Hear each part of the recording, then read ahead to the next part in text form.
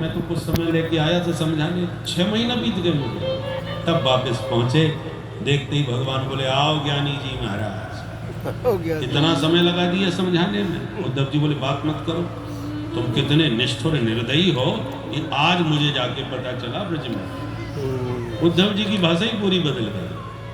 भगवान समझ गए अब इन पर रंग पूरा चढ़ा हुआ है।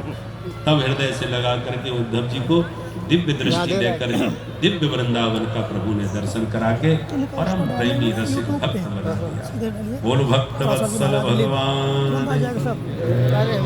ऐसे उद्धव को प्रेमी बना के तब भगवान एक दिन पूजा के घर गए और एक आंगन को भी पावन बनाए। इसके साथ 10वां स्कंद पूर्वार्ध 49 अध्याय संपन्न। 50वें अध्याय से उत्तरार्ध लगता है। 2 मिनट में बस ठाकुर जी का विवाह और करा दे, फिर विवाह के लड्डू खाते हुए जाइए। भगवान ने तो देर लगी जब कंस को मारा तो कंस का ससुर जो जरासंध था वो दुश्मन बन गया। भगवान 17 हमले किए मथुरा पर, भगवान ने बार बार उसे हरा के भगा दिया। ये भारत की पूर्व संस्कृति रही है। शत्रु भी यदि पराजित होकर के भाग रहा हो, हमारे क्षत्रिय उस पर आक्रमण नहीं करते, दया करते, जाने देते। भगवान ने भी हराया, 17 बार भगाया, और पृथ्वीराज चौहान ने भी यही किया। और जो आतताई होते हैं उनका कोई नियम नहीं होता। 17 बार जिसको क्षमा दान दिया और उसको जब मौका मिला तो 1 मिनट को भी नहीं चूका। धर्मनिष्ठ वीरों का भी कोई धर्म होता है भाई। वीरता की शोभा तब है जब धर्म से संयुक्त वीरता। ये कायरता है, छोटे छोटे बच्चों को मारना, गर्भवती स्त्रियों को नष्ट कर देना, ये वीरता नहीं है, ये कायरता और महा नृशंसता है। इसका कोई धर्म नहीं, वो तो राक्षसपना है। राक्षस भी लज्जित हो जाए। परंतु 18वां हमला जब जरासंध ने किया, उससे पहले कालियवन ने प्रभु पर चढ़ाई कर दी। भगवान कालियवन को दौड़ा करके ले गए और मुझको तो महाराज की दृष्टि से भस्म करवा दिया। और जैसे ही मिलेक्षों का संहार करके दोनों भाई विश्राम करने को हुए कृष्ण बलराम, तब तक पता चला 18वां हमला जरासंध ने कर दिया। भगवान बोले लड़ते लड़ते अब थक गए, चाहिए चलो कहीं भाग चले। दाऊ जी बोले क्या कह रहे हो, बदनाम हो जाओगे, लोग रणछोड़ कहेंगे। नहीं बोले तो कमी क्या होगी, एक नाम और बढ़ जाएगा। और सचमुच का नहीं भाग खड़े हुए, रणछोड़ बन गए। तो दाऊ जी भी भाग लिए। जरासंध ने जब देखा ये तो डर के भाग रहे, गजब हो गया भाई, ऐसा क्यों हुआ? उसका कारण था 11,000 ब्राह्मणों को जरासंध अनुष्ठान में बैठा के आया था। पंडित जी ऐसा मंत्र पढ़ो कि मैं विजयी हो जाऊं, 17 बार हरा बैठा हूं, बहुत परेशान। ब्राह्मणों ने कहा यजमान चिंता न कर, हमारे मंत्रों का तुम चमत्कार देखो।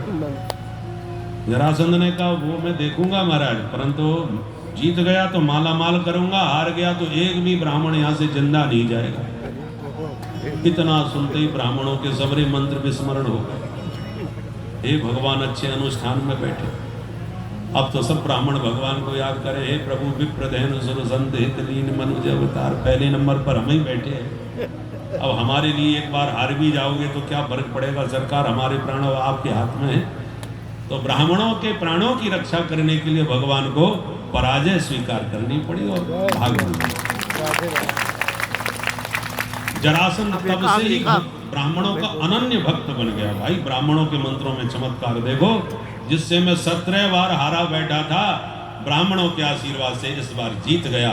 ब्राह्मणों का अनन्य भक्त बन गया, माला माल ब्राह्मणों को कर दिया। यही भगवान चाहते थे। और उधर भगवान समुद्र में जाके दिव्य द्वारकापुरी बसा करके द्वारकाधीश बन के विराजमान हो गए। बोल द्वारकाधीश की। प्रथम विवाह रुक्मिणी जी से किया। राजा सीध भीष्म को नाम विदर्भाधिपतिर्महान।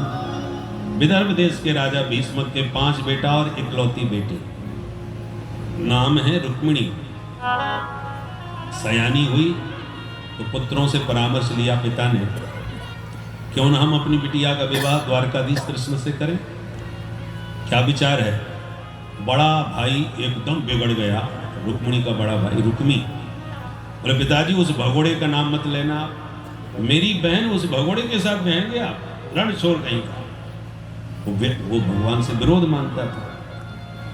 जब एकदम विरोध किया तो पिता महाराज भीष्म बोले ठीक है, अब ज़्यादा समीक्षा ना करो, तुम्हें जहाँ अच्छा लगे अपनी बहन का विवाह करो, मैं आज के बाद कोई चर्चा नहीं करूँगा। बोले फिर ठीक है पिताजी, आप बुढ़े हो गए, बैठिए, अब हम संभालेंगे सब। और बड़ा बेटा उठ के चल दिया। शाम को घर लौट के कहता है पिताजी परसों बारात आ जाएगी। परसों बारात ही आ जाएगी? बोले हाँ, चट मंगनी पट विवाह, देर का काम नहीं। तो कहाँ से आएगी ये तो बता। मैंने संबंध किया है, चेद नरेश दम घोष का बेटा शिशुपाल, बारात लेके आएगा परसों, देखना। बहुत अच्छी बात है। रुक्मिणी को खबर मिली तो भाग करके भाभी जी को कहा, भाभी जी ये क्या कर दिया भैया ने, मेरे मन मंदिर में तो माधव बैठे हैं। भाभी जी ने कहा तो ऐसे बैठ के रोने से कुछ नहीं होगा, जल्दी से कुछ कर। क्या करूं? कुछ ना बने तो पत्र लिख। रुक्मिणी ने तुरंत पत्र लिखा 7 श्लोकों का, मानो सप्तपदी मन में पक्की कर लिया, और एक ब्राह्मण के हाथों पत्र भेजा। ब्राह्मण ने वह पत्र जब द्वारकानाथ को जाके दिया, भगवान ने बड़ा जोरदार स्वागत किया और बढ़िया खीर मालपुआ तस्मै चकाचक छनवाए। पंडित जी जब खाए पी करके डकार लेकर पेट पर हाथ घुमाए, तब माधव मुस्कुराए, महाराज जी अब बताइए कहाँ से आए। तुरंत पत्र भगवान के हाथ में रख दिया, प्रभु पढ़ लीजिए, सब समझ जाओगे, देर